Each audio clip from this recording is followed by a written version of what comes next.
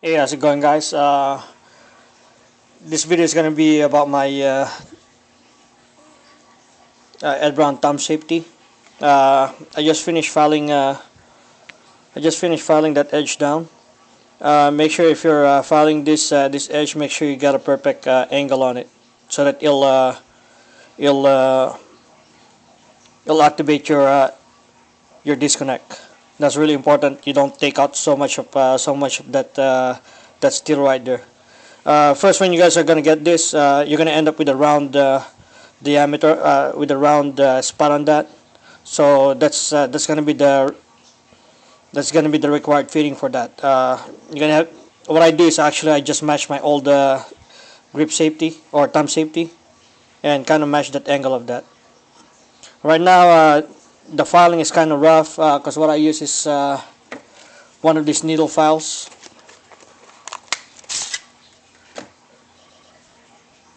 And what I do is I actually file it carefully. When I file it down, I take out a little bit, then feed it, then take out a little bit more if it doesn't activate the trigger. Okay. Right now, what I'm gonna do is just gonna polish this thing a little bit. That angle right there. Make sure to keep that angle the same when you guys are polishing it. Polishing it would actually give you a better feel on your thumb safety. All right. And go. Make sure to always keep that angle though.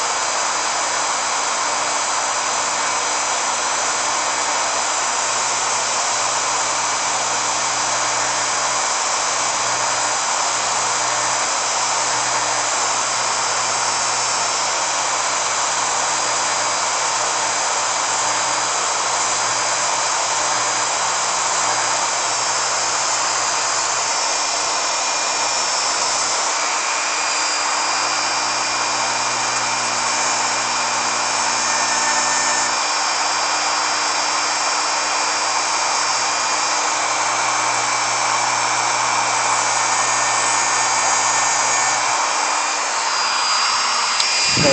What I'm using is I'm actually using the polishing wheel that comes with Dremel. This is a jeweler's polisher wheel, so it doesn't take out a lot of materials, and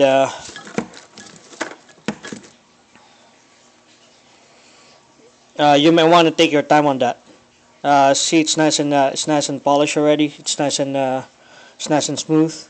The angle's still right. Okay, and you can see there's a little bit of boo boo on it. Uh, to fix that, I'm just gonna use a sandpaper, and it's not a deep scratch on it, so it shouldn't be any problem. Okay. Oh, that's actually pretty deep, but let's see what I can do. Okay, I'll be right back while I try to fix this. Okay. Okay, now that we have the scratch pretty much fixed, what I do next is I usually try feeding it already, but I pre-fitted it before I even polish it back, so it should be good. The only thing you gotta do is when you feed it, make sure this thing's not floating. That means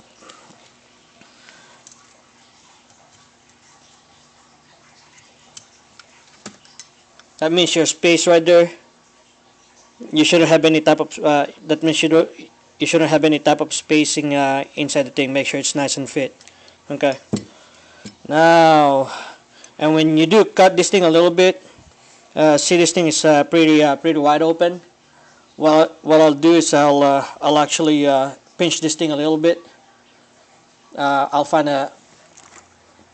You could actually use a cheap plier and kind of pinch the thing a little bit. And do it some more.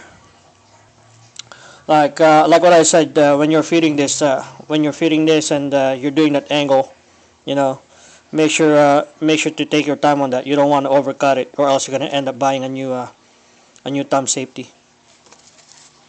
Okay, let's try feeding it in. As you notice, I had this side open so that I could fit the, the other side of the thumb safety. So what I'll do is oh, when you don't have that the what do you call that, the ambidextrous thumb safety, you're gonna end up trimming those pins also, because those pins float a little bit. Make sure it's nice and flush to your frame. So let's do that, and I'll do the other side. Make sure it's nice. Make sure it's cocked, or else you won't be able to put your thumb safety on.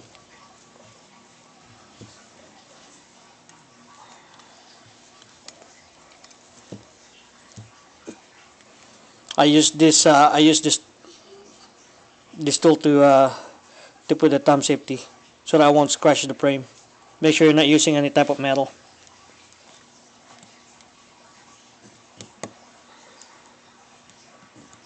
Kind of push the thing in.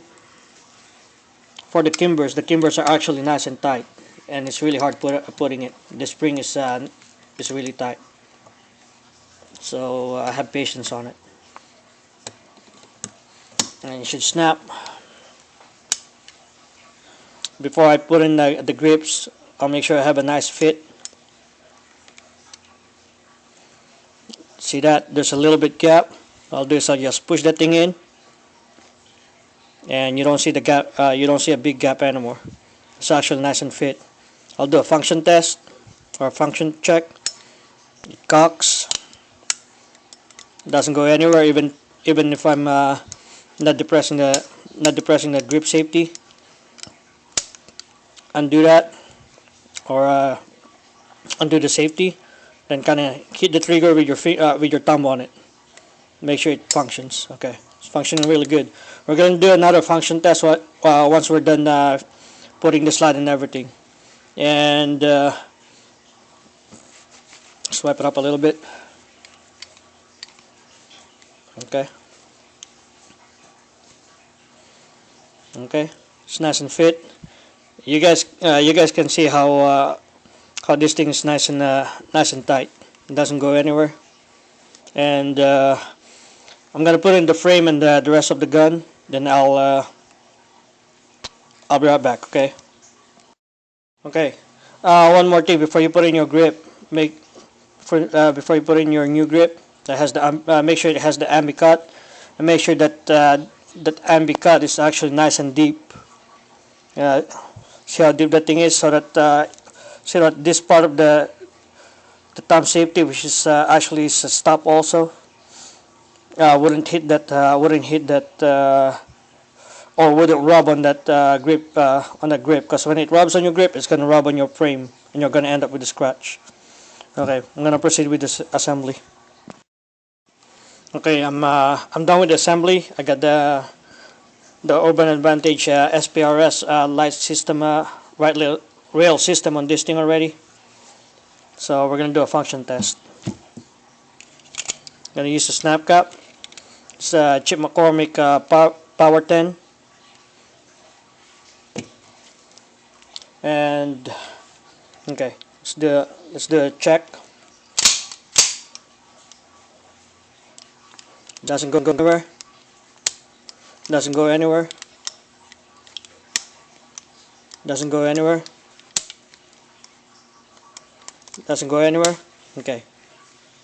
Now we're gonna check. Okay.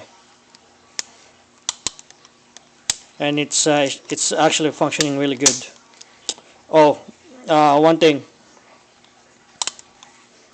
Check this. Make sure it doesn't go. Okay. Check that. Make sure it doesn't go. See that? The trigger doesn't go. Check that. Check that. Okay. Seems to be working really good.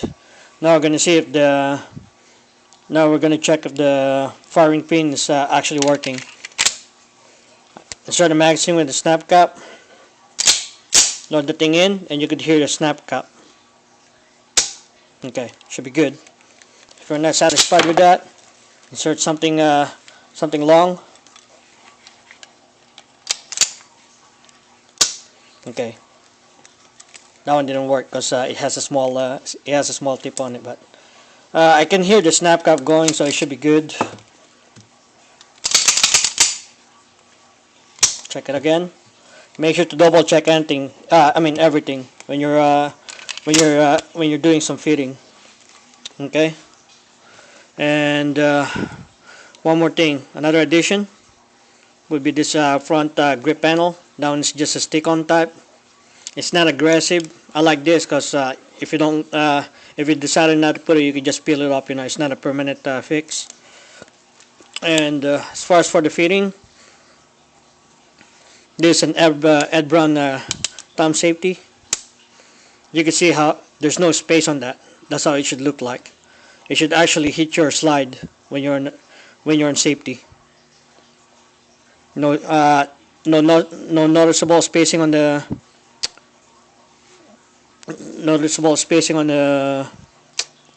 frame to the thumb safety. Same thing is on the other side. It's actually nice and tight. See how tight that thing is.